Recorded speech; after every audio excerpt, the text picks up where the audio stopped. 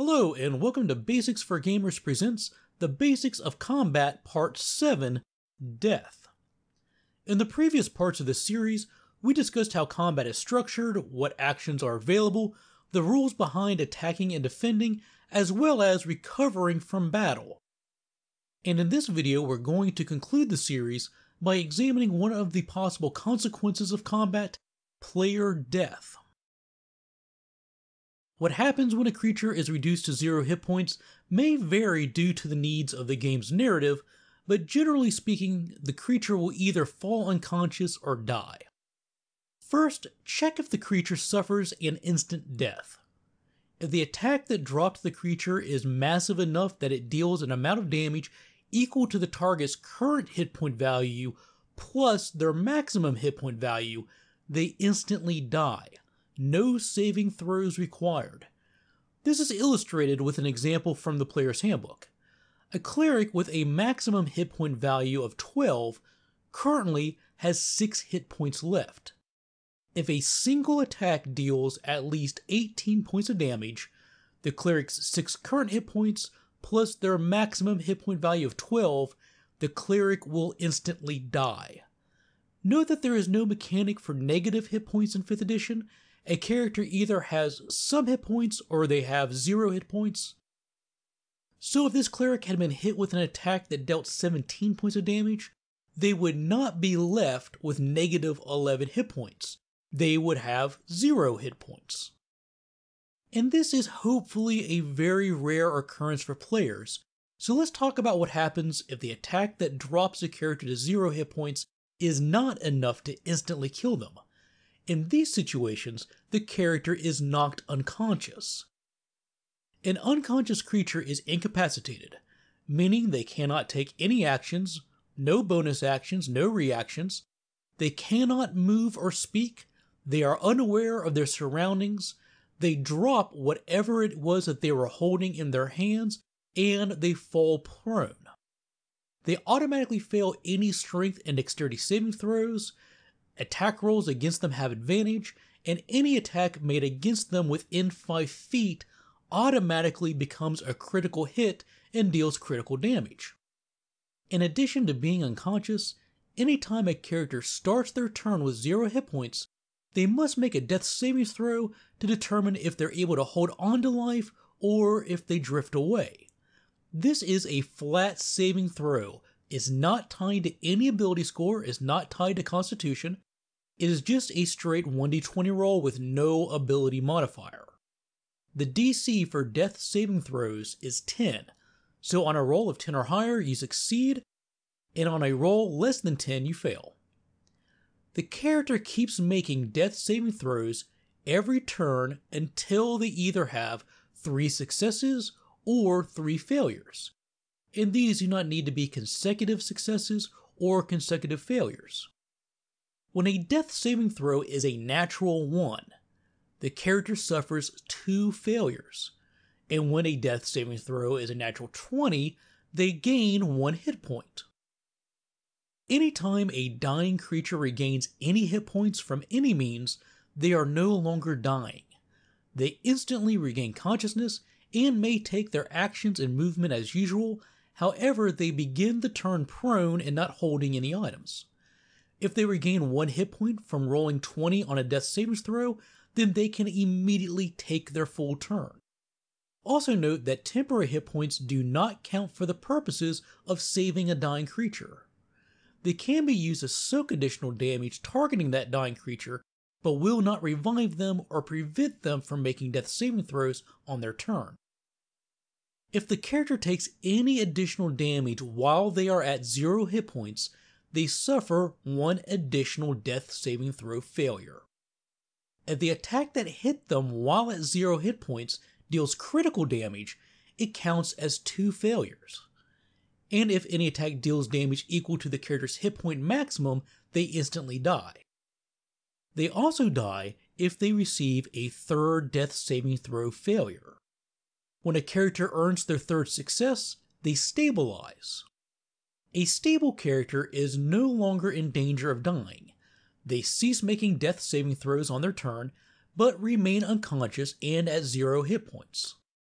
This stabilized state is lost if the character receives any healing, at which point they become conscious and may act as normal, or if they suffer any damage, at which time they are no longer stable and must begin making death saving throws again. Stabilized creatures naturally heal 1 hit point and regain consciousness on their own after 1d4 hours. Another way to stabilize a dying ally is by spending an action and succeeding at a DC 10 Wisdom Medicine check. And expending 1 use of a healer's kit automatically grants success to this check. It's also worth mentioning that the total number of death save successes and failures are both reset to 0 as soon as the character is healed at least 1 hit point or is stabilized. So if a character fails 2 death saves, then rolls a natural 20, they gain 1 hit point, and if then they suffer more damage, they're knocked unconscious again and they have to start fresh and need to fail 3 more saves before dying. Also note that to simplify bookkeeping, DMs might rule that monsters and NPCs that are not prominent to the story might die instantly at 0 hit points instead of falling unconscious and needing to make death saves every turn. However, players should also be aware that whenever they deal a blow that reduces an enemy to 0 hit points, as long as they made that attack with a melee weapon, they can decide to instead knock that character out instead of killing them. Perhaps in the game's narrative, they delivered a blunt pommel strike to the enemy's head instead of running them through with their sword. There are a few things a player and their allies can do to try and cheat death. Although Cure Wounds is probably the most widely used spell to keep a character alive, there are a few other options. First, Bless is another spell that can aid a dying ally. This first level spell, available to clerics and paladins, grants a bonus to an ally's savings throws, and this does include death saving throws. Spare the Dying is a cantrip available to clerics that allows them to instantly stabilize a dying creature with a touch. Revivify is a 3rd level spell available to clerics and paladins that returns a creature to life, but only if they have died in the past minute. This is basically the D&D version of a defibrillator. Raise Dead is a 5th level spell available to bards, clerics, and paladins that returns a dead creature to life. This can only be done if the deceased's body is present and hasn't been dead for more than 10 days. Reincarnate is another means of bringing a dead character back to life. Reincarnate is a 5th level druid spell that rather than returning a soul to their dead body, it creates a new body for that soul to inhabit. As with Raise Dead, Reincarnate requires the body, or at least a portion of it, to be present and may not have been dead for more than 10 days. When the spell is cast, the DM rolls 1d100 and consults a table to determine what new body has been created for the soul to return to. Odds are the reincarnated creature will be reborn as an entirely different race than what they were in their first life. And as mentioned, both Raise Dead and Reincarnate requires the spell be cast within 10 days of the creature dying. But there is another spell that can extend that time limit. Gentle Repose is a 2nd level spell available to clerics and wizards that is cast on the corpse of a creature that has already passed. While under the effects of Gentle Repose, the dead body will not decay or turn undead, and this effectively extends the time that a person can be brought back to life by using Raise Dead or Reincarnate. So if your party doesn't have the power to cast Raise Dead or Reincarnate, then Gentle Repose will at least give you some extra time to get the body to someone who can. And if you can't get the body to someone who can cast Raise Dead or Reincarnate in time, then another option is the Resurrection Spell. This is a very powerful 7th level spell available to bards and clerics that returns life to a body that has been deceased for no more than 100 years. There is also a more advanced version of this spell called True Resurrection that extends that time limit to 200 years. In this video we discussed the consequences of combat in D&D. When a character is reduced to 0 hit points, they are in danger of dying. If a character is dealt an amount of damage from a single attack that is equal to or greater than their current hit point value plus their maximum hit point value, they instantly die. If the attack that reduces them to 0 hit points does not meet or exceed that threshold, they are knocked unconscious and dying. An unconscious creature cannot take any actions, bonus actions, or reactions. They cannot move or speak. They are unaware of their surroundings. They drop whatever it is that they are holding, and they fall prone. They automatically fail any strength and dexterity saving throws. Attack rolls against them have advantage, and any attack made against them within 5 feet automatically deals critical damage.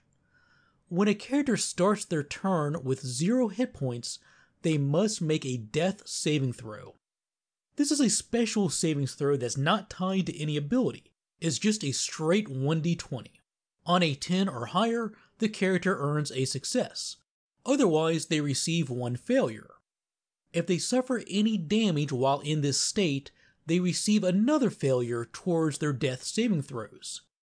If they are critically hit, they receive 2 failures.